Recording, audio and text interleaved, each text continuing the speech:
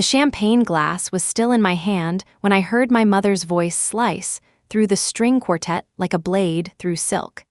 And what she whispered to my fiancé in that crowded ballroom would end up destroying my father's entire fortune before the night was over. I was standing 20 feet away, laughing at something my Aunt Dolores had said, when I saw my mother lean in close to Desmond's ear, her manicured hand resting on his forearm in a way that looked almost tender to anyone watching from across the room. And I remember thinking how strange it was that she had never touched him with that much warmth in the 8 months we had been engaged. I did not hear the words then, not in that moment, but I saw Desmond's face change, saw the color drain out of it, and then rush back in a shade of red I had never seen on him before. And within 30 seconds, he had walked directly to the small stage where the band had set up, picked up the microphone meant for toasts, and said the words that would blow my entire family apart in front of 200 guests, 3 tiers of custom cake, and a photographer who caught every single second of it on camera. My name is Marisla Vance, and until that night, I thought the worst thing my mother had ever done to me was forget my birthday 3 years in a row. I was 31 years old, standing in the Whitfield Grand Ballroom in a blush pink dress my mother had actually approved of for once, celebrating my engagement to a man I had loved fiercely and quietly for 2 years. And I had no idea that in the span of one whispered sentence, my mother was about to hand my fiancé the key to a secret my father had been hiding for over a decade. To understand how we got to that ballroom, you have to go back 31 years, to the day my parents, Harlan and Corinne Vance, adopted a 6-week-old baby girl from a private agency in Ohio because they had been told, wrongly it turns out, that Corinne could never conceive. That baby was me. For the first 4 years of my life, I was the only child of Harlan and Corinne Vance, the little girl in the matching outfits, the one whose baby pictures lined the hallway of our house in Westerville, the one my mother used to say was meant to be ours whenever anyone asked about the adoption. Then, when I was 4, my mother got pregnant. Nobody expected it, the doctors called it a miracle, and 9 months later my sister Priscilla was born. And from the moment she came home from the hospital wrapped in a yellow blanket, something in my mother shifted in a way I would spend the next 27 years trying to understand and eventually trying to forgive. I do not remember the exact day my mother started treating Priscilla differently, because it was not one day, it was 1,000 small days stacked on top of each other like bricks, building a wall I did not even realize was being built, until I was already standing on the wrong side of it. It was the way she would introduce us at church. This is Priscilla, my daughter, and this is Marisla. As if I needed a different label, a footnote, a small asterisk next to my name that everyone in that congregation seemed to understand except me. It was the way birthday parties for Priscilla were catered affairs with pony rides and professional photographers, while mine were sheet cakes from the grocery store and a few kids from my class that my mother would forget to pick a theme for. My father, Harlan, was different, and for most of my childhood, I clung to that difference like a life raft. Harlan Vance ran a successful commercial real estate firm in Columbus, and while my mother built her invisible wall, my father seemed determined to tear it down, or at least to build me a door through it. He was the one who taught me to ride a bike in the church parking lot on Sunday afternoons, the one who came to every single one of my track meets, even when Priscilla had a dance recital the same day, the one who used to call me his girl, in a voice that made the word adopted disappear entirely. When I was 17, I found a folder in my father's home office by accident, looking for a stapler, and inside it was a trust fund document with my name on it. A college and future fund he had set up when I was 5 years old, right after Priscilla was born, and I remember crying in that office because I thought it meant he had chosen me too, in his own quiet way, even as my mother was choosing someone else. I did not tell my mother I had found it. I did not tell anyone. I just carried that secret warmth with me through high school and college like a stone in my pocket, something to touch when the coldness from her got to be too much. By the time I graduated from Ohio State with a degree in marketing, Priscilla was finishing high school, and the gap between how my mother treated us had become something even outsiders noticed. My mother paid for Priscilla's semester abroad in Florence. My mother did not to pay for my study abroad program 2 years earlier. And when I asked, she told me that money was tight. The same year she redid the entire kitchen with imported Italian marble.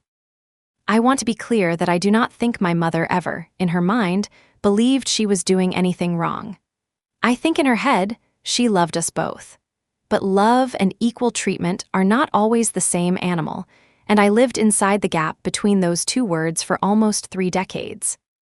By my late 20s, I had built a good life for myself in Columbus, working as a marketing director for a regional healthcare company, living in a nice apartment near the short north, going to therapy twice a month to work through what my therapist gently called differential parental attachment, which was a clinical way of saying my mother loved my sister more, and I had known it since I was old enough to spell my own name.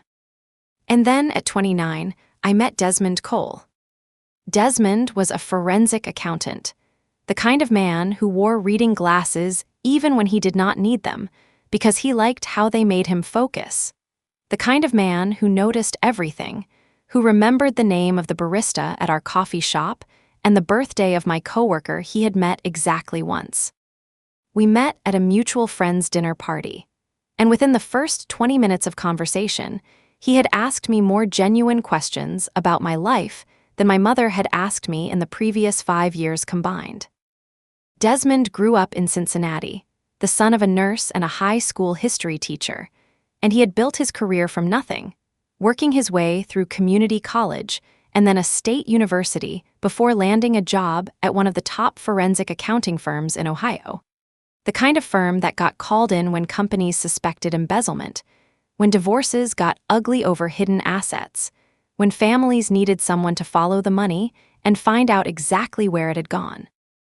I did not know, in those early months of dating him, just how good he actually was at his job, or how much that skill would matter to my family before our first anniversary as a couple. Desmond met my parents for the first time about 4 months into our relationship. At a dinner, my mother insisted on hosting, and I remember being nervous in a way I had not expected, not because I doubted Desmond, but because some old childhood instinct in me was bracing for my mother to find some way to diminish me in front of him, the way she always found a way to diminish me in front of everyone. She was, to my genuine shock, warm to him that night, warmer than I had seen her be to almost anyone. I told myself it was because she liked him, because he was successful and polite and asked her about her garden club, and for a while I let myself believe that maybe, finally, my mother was going to be different now that I was an adult bringing home a partner she approved of. I did not understand, yet, that my mother's warmth toward Desmond had almost nothing to do with me at all.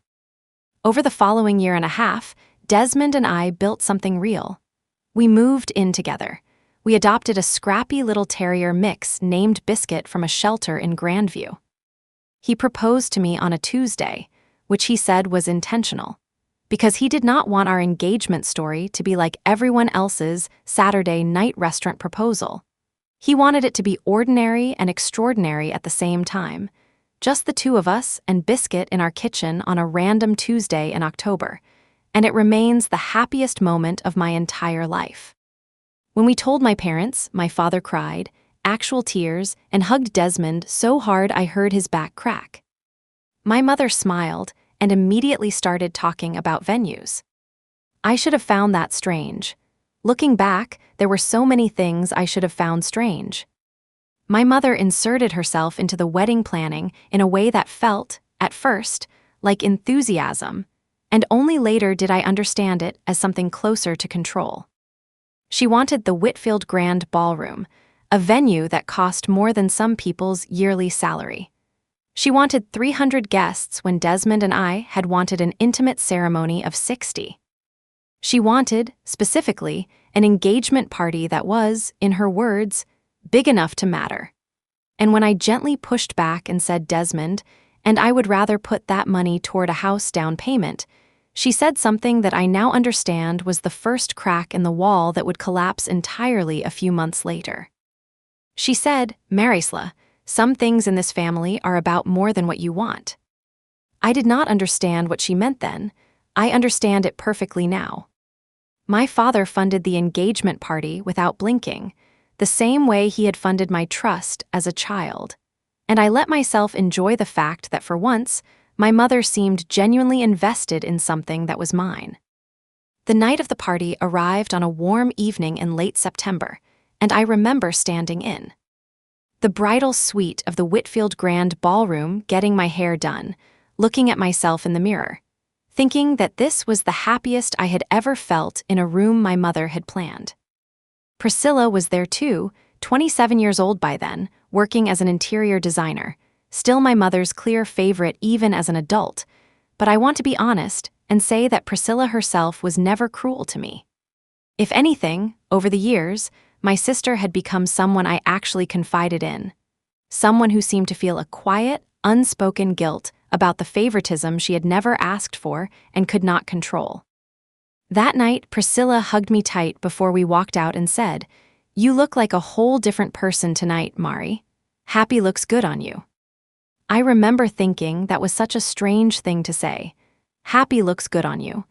As if happiness was a rare guest in my life that she was surprised to see show up. The ballroom was stunning. 200 guests, gold and blush decor, a 5-piece band, a raw bar, the whole thing, and my father gave a toast early in the evening that made half the room cry, talking about the day he and my mother brought me home from the agency. How he knew from the second he held me that I was his daughter in every way that mattered, blood or not. I remember looking at my mother's face during that toast and seeing something flicker across it that I could not name at the time. I know now that it was fear. The party moved into its second hour, drinks flowing, the dance floor filling up, and I lost track of Desmond for a while as he made his rounds, talking to my father's business partners and my extended family. I was near the bar with my college roommate Adiz when I glanced across the room and saw my mother approach Desmond near the edge of the dance floor. I did not think anything of it at first. My mother had been unusually attentive to Desmond all evening, refilling his champagne, introducing him to people, touching his arm. But then I saw her lean in close to his ear, and I saw the exact second her lips started moving, and even from 20 feet away, even without hearing a single word, I felt something cold slide down my spine. I found out later, from Desmond himself, and from 3 separate guests who happened to be close enough to catch fragments of it, exactly what my mother whispered to him that night. She said, "I just want you to understand what you're marrying into. Marisla is a wonderful girl, we love her, but she's adopted. Priscilla is our real daughter, our blood. I just think a husband should know these things before he commits his whole life." Desmond told me later that his first instinct was disbelief, that some part of his brain simply refused to process that a mother would say something like that to her own daughter's fiancé at their own engagement party, in a room full of 200 people, as if it were casual conversation, as if it were helpful information, as if it were anything other than a knife aimed directly at my heart, delivered through someone else's hand. But Desmond did not come find me. He did not pull me aside to process it quietly. He did something else entirely, something that I did not expect, something that changed the entire trajectory of my family's life in the span of about 4 minutes. He excused himself from my mother without a word, walked directly across the dance floor, past confused guests who were mid-conversation with him, up onto the small stage where the band was between songs, and picked up the microphone that the DJ had set aside for toasts. The band stopped playing. The room did not go silent immediately. There was a low murmur of confusion, people turning to see what was happening, and I remember my own heart hammering as I watched my fiancé stand under the stage lights with a microphone in his hand, and an expression on his face I had never seen before, calm in a way that somehow felt more dangerous than anger. "I'd like to say a few words," Desmond said into the microphone, and the room quieted enough that his voice carried clearly to every corner of the ballroom. Some of you know me as Marysla's fiancé. What some of you might not know is that I'm a forensic accountant. It's my job to find money that people don't want found. I remember gripping Adi's arm so hard she later showed me the marks. A few minutes ago, Desmond continued, Corinne Vance came over to introduce herself to me again and to make sure I understood, in her words, what I was, quote, marrying into. She wanted to remind me that Marysla is adopted and that Priscilla is her, quote, real daughter. A gasp rippled through the crowd. I saw my mother's face go white as paper. I saw my father, standing near the head table, go rigid. I think that's an interesting thing to say, Desmond went on. At the party celebrating the woman I love, in front of the family who raised her, on a night that was supposed to be about the fact that La and I found each other. But since we're apparently having an evening of honesty about family and blood and what's real, I think there's something else this family should know. My stomach dropped through the floor. About 8 months ago, when Marysla and I got engaged, Harlan asked me to help him with something privately because he trusted me and because of what I do for a living, Desmond said. He asked me to review some of his business accounts because he was worried something wasn't adding up. What I found was that for the last 11 years, Harlan Vance has been maintaining 3 separate offshore accounts, funneling money out of Vance Commercial Realty through Shell consulting fees, and the total in those accounts right now sits at just under $4.2 million. The room had gone completely, utterly silent. I could hear the ice machine behind the bar. I could hear someone's chair creak. Here's the part that matters tonight, Desmond said, his voice steady, almost gentle, which somehow made it worse. That money wasn't being hidden from the IRS for tax purposes, though that's its own problem. It was being hidden from Corinne. Because 11 years ago, Harlan started an affair with a woman named Denise Aquiosa, and those accounts have been funding a second household in Dublin, Ohio, this entire time. A house, a car, private school tuition for a child. I felt the floor tilt beneath me. I grabbed the edge of the bar to steady myself. I want to be very clear, Desmond said, looking directly at my mother now. I did not plan to say any of this tonight. Harlan asked me to help him quietly untangle this, and my plan was to help Marysla's father find a way to make it right before it destroyed this family. But when you walked up to me tonight and told me that my future wife wasn't your real daughter in front of 200 people, at her own engagement party, you made a choice. You decided that blood was the only thing that mattered in this family. So I think the whole room deserves to understand exactly what blood has actually been doing behind closed doors for the last 11 years, while Marysla was busy proving over and over again that love doesn't require DNA. The silence that followed was the loudest sound I have ever heard in my life. My mother did not move. My father had gone the color of old paper, standing frozen near the head table, his mouth slightly open, no words coming out. And then Priscilla, my sister, my mother's real daughter, the one who had never once asked to be favored, stood up from her chair, walked to the center of the room in front of everyone, and said something I will never forget as long as I live. She said, "Is this true, Dad?" My father did not answer. He did not have to. His silence answered for him, loud enough for 200 people to hear. What happened next unfolded in a blur that I have had to piece back together from other people's memories, because my own recollection of the next 15 minutes is fragmented, adrenaline scrambled, more feeling than image. I remember my mother finally moving, walking fast toward the stage, saying something to Desmond that I could not hear, her voice sharp and shaking. I remember my father sitting down hard in a chair like his legs had simply stopped working. I remember Adi's hand gripping mine. I remember guests pulling out their phones, not to leave, but to record, because 200 people had just watched a family implode in real time, and some ugly human instinct made half of them want to capture it. I walked toward the stage on legs that did not feel like my own. Desmond stepped down and met me halfway, and the first thing he said to me, quietly, just for me, was, "I am so sorry it happened like this. I never wanted to blindside you. I was trying to protect you, and I ran out of patience the second she opened her mouth to you like that." I did not say anything back right away. I could not. I was trying to process 11 years of my father's secret life colliding with 31 years of my mother's whispered cruelty, all detonating at once in a room full of gold balloons and a half-eaten 5-tier cake.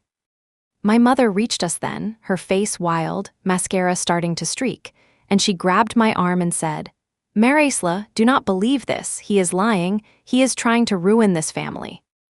I looked at her, really looked at her, maybe for the first time in my adult life without the automatic instinct to smooth things over, to keep the peace, to be the good adopted daughter who did not cause problems. I said, "Mom, you just told my fiancé I'm not your real daughter at my own engagement party. Whatever else is true or not true tonight, that part happened, and I heard about it from 3 different people before he even got to that microphone." She had no answer for that. For the first time in my entire life, my mother had no answer. My father, meanwhile, had not moved from his chair. I walked over to him and I asked him directly, in front of whoever was still close enough to hear, "Is what Desmond said true? Is there another family? Is there a woman named Denise?" My father looked up at me, and I watched something in his face crumble, and he said, "Marisla, I need you to understand. None of this was ever about loving you less." Which was, of course, not a denial. I do not remember exactly how the party ended. I know that eventually the DJ started playing music again because someone had to do something, and half the guests trickled out awkwardly, unsure whether to hug me or avoid me, while the other half stayed clustered in tight little groups whispering about what they had just witnessed. I know that Priscilla found me near the coat check about 40 minutes later, her eyes red, and she hugged me hard and said, "I didn't know. Mari, I swear to you I didn't know any of it. Not about him, not about what she said to Desmond. I need you to know that." I believed her. I still believe her. Desmond drove me home that night, and Biscuit greeted us at the door with his usual chaotic joy, completely unaware that the world had just cracked open. And I sat down on our kitchen floor, still in my blush pink dress, and cried harder than I had cried in years, not just about my father's betrayal, but about 27 years of my mother's whispered comparisons finally getting a public, undeniable spotlight. Desmond sat down on the floor next to me, still in his suit, and did not try to fix it or explain it away. He just sat with me. Eventually, I asked him the question that had been building in my chest since the microphone left his hand. "Why didn't you tell me before tonight? Why did my father even come to you instead of a lawyer?" Desmond explained that 8 months earlier, right after we announced our engagement, my father had pulled him aside privately and confessed that he was terrified, that he had been carrying the weight of what he'd done for over a decade, and that he wanted to find a way to make it right before the wedding, to dissolve the second household quietly, to figure out how to tell my mother and me the truth in a way that would not detonate everything. He had asked Desmond, as someone in the family and someone with the professional skill to actually trace the money, to help him understand exactly how deep the mess went so he could start unwinding it responsibly.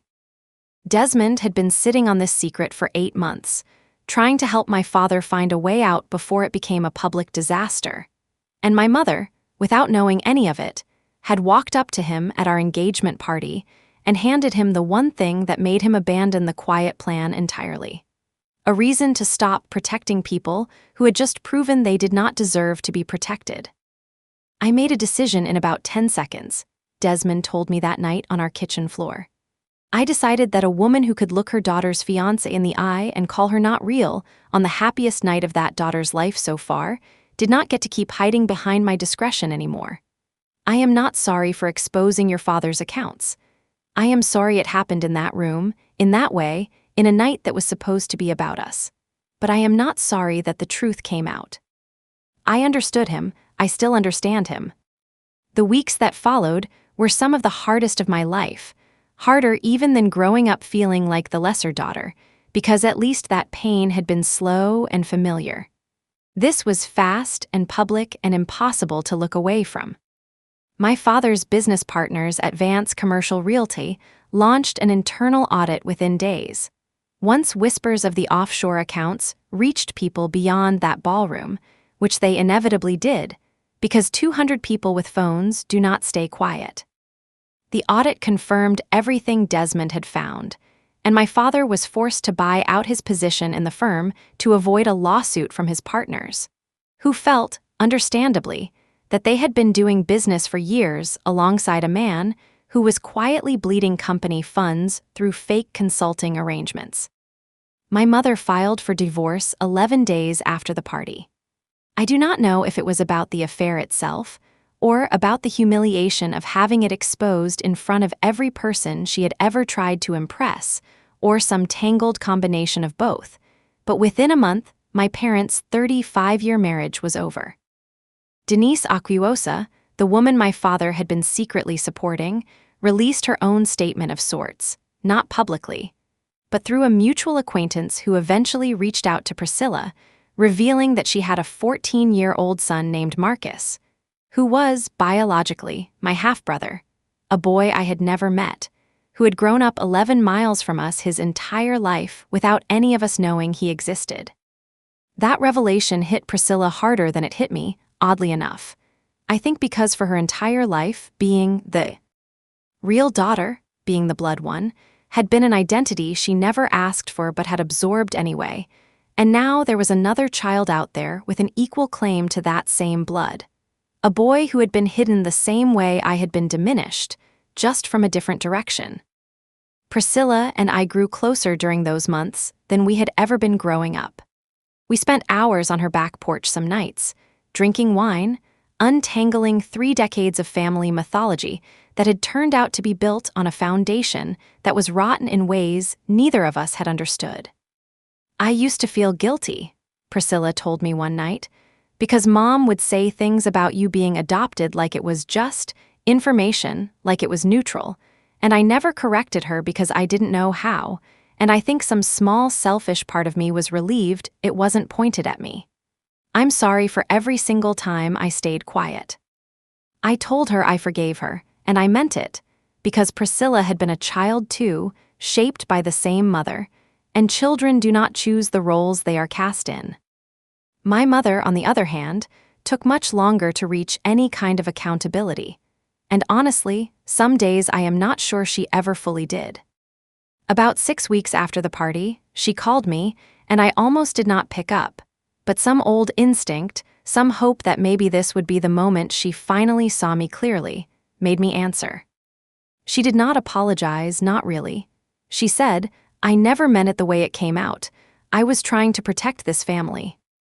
I asked her the question I had been carrying since I was 17 years old and found that trust fund folder in my father's office. Mom, did you know Dad set up a trust for me when I was 5? Right after Priscilla was born. There was a long silence on the phone, and then she said quietly, Yes, I knew. Did it bother you? I asked. Yes, she admitted, and for the first time in my entire life, I heard something that sounded almost like honesty in my mother's voice. I know how that sounds, but your father spent so much energy making sure you never felt like an outsider, and some ugly part of me felt like Priscilla and I were fighting for space in our own family. It was, in its own twisted way, the most honest thing my mother had ever said to me.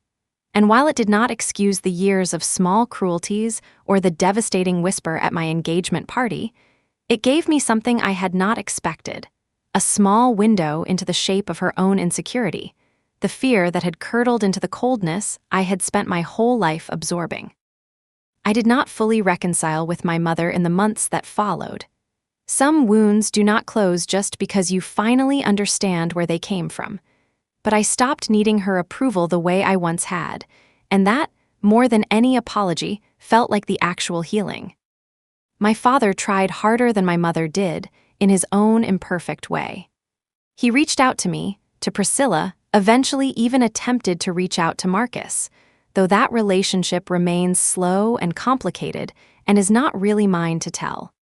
He sold his stake in the firm, moved into a smaller condo, and started attending therapy for the first time in his 61 years of life, Something he told me he should have done decades earlier, back when the affair started, back before it calcified into 11 years of double lives and hidden accounts. I am not asking you to forgive me on any particular timeline. He told me over coffee about 4 months after the engagement party, the first time we had really talked one-on-one since everything came apart. I just want you to know that the trust fund, the track meets, teaching you to ride your bike, none of that was ever a performance to make up for anything. That was just me loving my daughter. I am ashamed of what I hid, but I am not ashamed of how I raised you. I believed him, mostly, though trust, once fractured that badly, does not fully rebuild in a single conversation. We are still working on it slowly, the way you work on anything that used to be whole and got broken. Desmond and I postponed the wedding by 4 months, not because either of us doubted each other for a single second, but because I needed time to actually feel steady on my own 2 feet before I stood in front of family and friends again to promise my life to someone. When we finally did get married, it was small, 60 guests exactly as we had originally wanted before my mother's version of the plan took over. In a garden venue outside Columbus with string lights and a 5-piece band that was much smaller than the one at the engagement party, but somehow played with twice the joy. My father walked me down the aisle. My mother came, though the 2 of us were still finding our footing with each other, still learning what a relationship built on more honesty and less performance might actually look like. Priscilla was my maid of honor, and in her toast, she said something that made LF the room cry, including me. She said, "For most of my life, people told me I was the real daughter in this family. I want to publicly correct the record tonight. Marisla has always been the realest person I know. She's the one who taught me what it actually means to love someone without keeping score." Desmond's toast, when it came, was quieter, more private in tone, even with a microphone in his hand. A strange echo of the last time he had held one in front of my family. "The last time I gave a speech in front of some of you," he said, and a nervous laugh rippled through the crowd. "It did not go quite like this. I said some things that night because I refused to let anyone tell the woman I love that she was less than real. Tonight, I get to say something much simpler. Marisla, you are the realest, most whole person I have ever known, blood or not, adopted or not, and I intend to spend the rest of my life making sure you never again have to wonder if you belong somewhere. You belong with me. I will not pretend that everything in my family healed perfectly after that engagement party disaster, because real families rarely heal in neat, tidy arcs the way stories sometimes suggest they should. My mother and I are still rebuilding something new out of the wreckage of what used to pass for a relationship between us, slower than I would like, but more honest than it has ever been. My father is still working every single day to earn back trust he spent 11 years quietly spending down to nothing. Priscilla and I are closer than we have ever been, closer in some ways than sisters who grew up favored and unfavored usually manage to become. And somewhere in Dublin, Ohio, there is a teenage boy named Marcus who shares my father's blood and my father's chin, and who is, slowly, carefully, starting to become a small, tentative part of a family that is still figuring out what it even means to be a family at all. What I know now, standing on the other side of that ballroom disaster, is that blood was never the thing that made me real. It was never the missing ingredient my mother implied it was when she leaned toward my fiancé's ear and whispered the cruelest sentence of my entire life. What made me real was every track meet my father showed up to. Every late night my sister spent apologizing for a childhood she did not design, and one Tuesday afternoon in a kitchen with a scrappy shelter dog watching a man get down on one knee and choose me completely, without a single asterisk. My mother tried to use the word adopted like a weapon that night, like it would somehow diminish everything I had built, everything I had survived, everything I had become. Instead, it became the spark that finally exposed every secret my family had been hiding behind expensive dinners and carefully curated photographs for over a decade.